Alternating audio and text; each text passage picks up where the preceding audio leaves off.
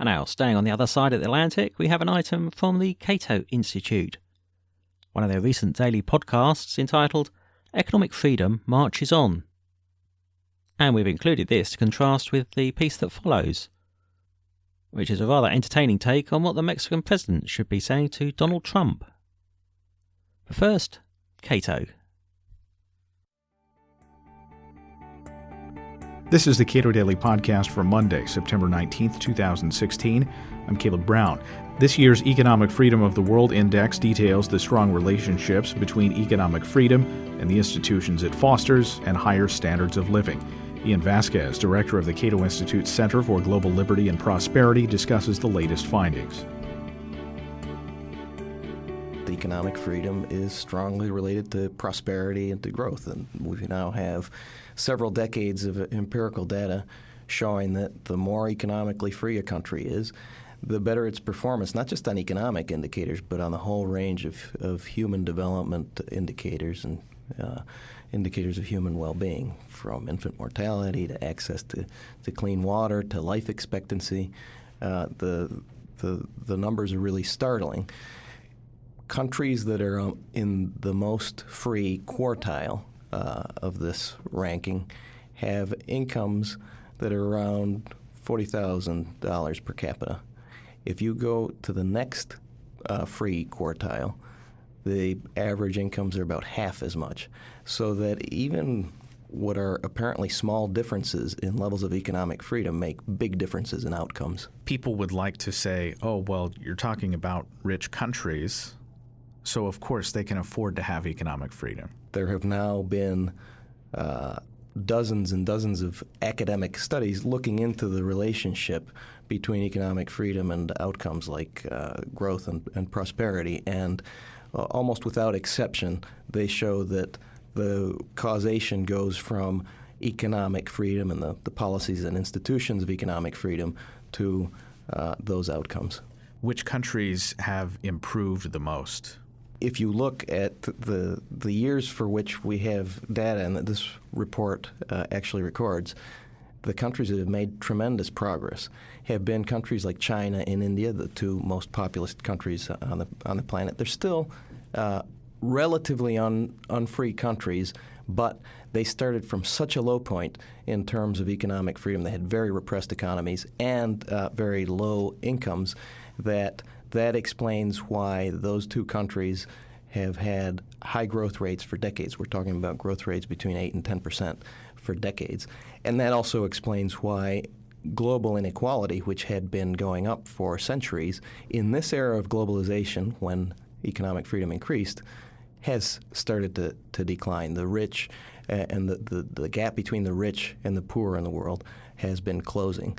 And the gap in other indicators has been closing even faster, like lifespans, like access to safe drinking water, and so on. How much of that gap closing has been rich, economically free countries losing ground?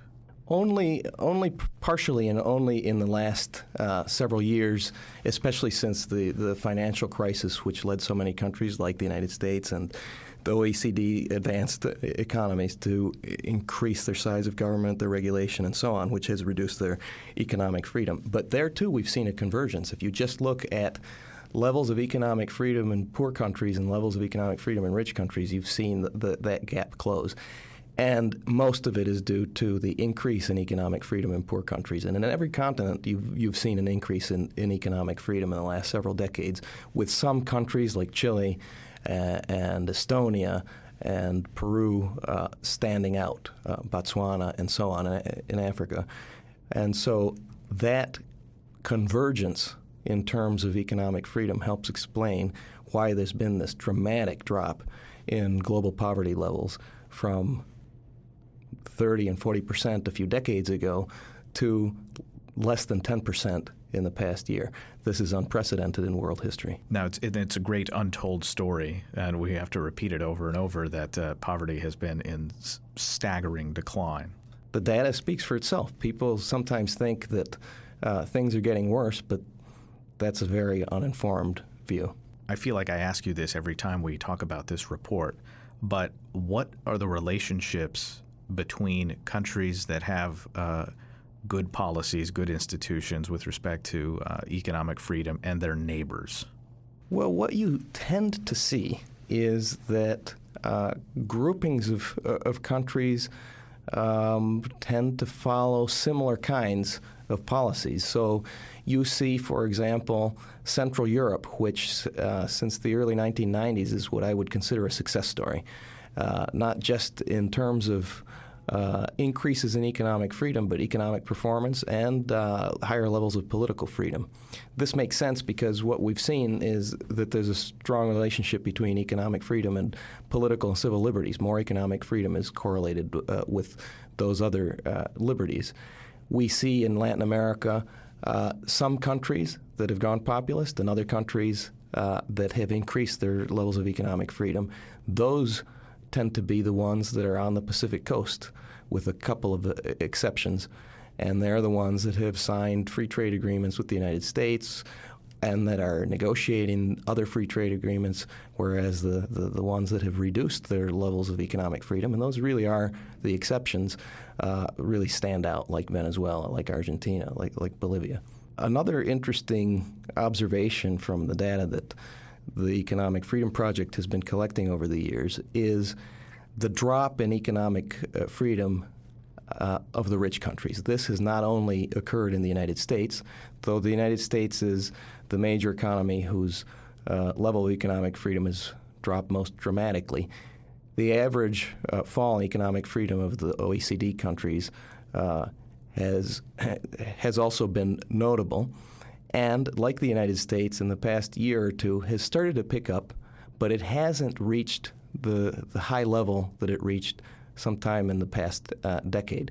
So that you see sort of a pattern of several decades leading up into the year 2000 and a little bit beyond of steady increases in economic freedom among rich countries, and then a big fall, and then starting to increase again after sort of the recovery from the Great Recession, but not yet up to the levels of where it was before. And certainly in the United States, it's still far behind, which is why it ranks 16th on the ranking rather than 2 or 3, which had traditionally been the case for decades up until the year 2000. I spoke recently with Marian Tupy, and he described an Economist article that had been written in 2000 about Africa, and they called it a hopeless continent. And that was, at the beginning, he noted, of many countries in Africa really making great strides from, again, a fairly low baseline, as a lot of these countries have had. But what are the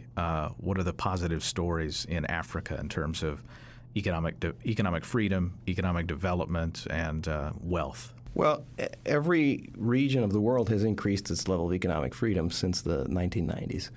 Africa really has always been the laggard in terms of policies, institutions, and social and economic outcomes. It still is, but today the story is way different than it used to be because there is actually more economic freedom than before.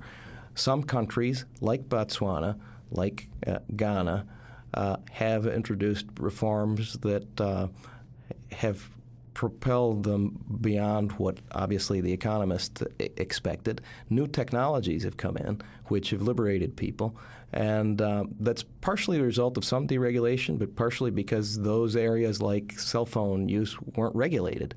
And this has empowered millions of poor people who have cell phones and can conduct business better and are enriching themselves. Africa still lags behind. It definitely benefited from the commodities boom in the last decade, and so that increased its growth rates.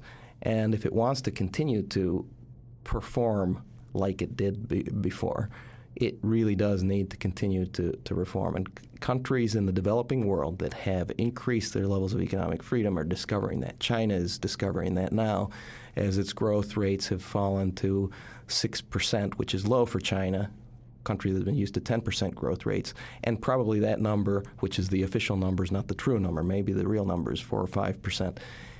They're discovering that if they want to continue high growth rates, they need to continue reform. They need to continue to increase levels of economic freedom. How does this report either jibe with or contradict the efforts or claims of what we would call the aid industrial complex, that is the groups that sort of are, their existence is based on providing aid, monitoring aid in various poor countries around the world? I think the main message of this report is a positive one, which is that countries can be the drivers of their own destiny, that the progress of a country depends on its domestic policies and institutions and much less on outside factors like geography or the weather or foreign aid for that matter. And if you look at the relationship between foreign aid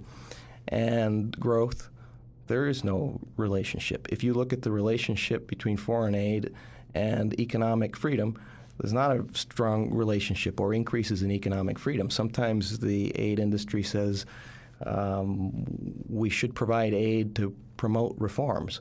As it turns out, that doesn't really work. Countries take the money and don't reform. Or countries reform and it has no relationship to the decades of aid that they had been receiving. It has to do with domestic political and economic situations. So the bottom line, the takeaway is that the policies and institutions of countries that are determined locally are the ones that determine in the medium and the long term the performance of those countries. Ian Vasquez directs the Cato Institute Center for Global Liberty and Prosperity. Subscribe to this podcast at iTunes, Google Play, and with Cato's iOS app, and follow us on Twitter @Cato Podcast.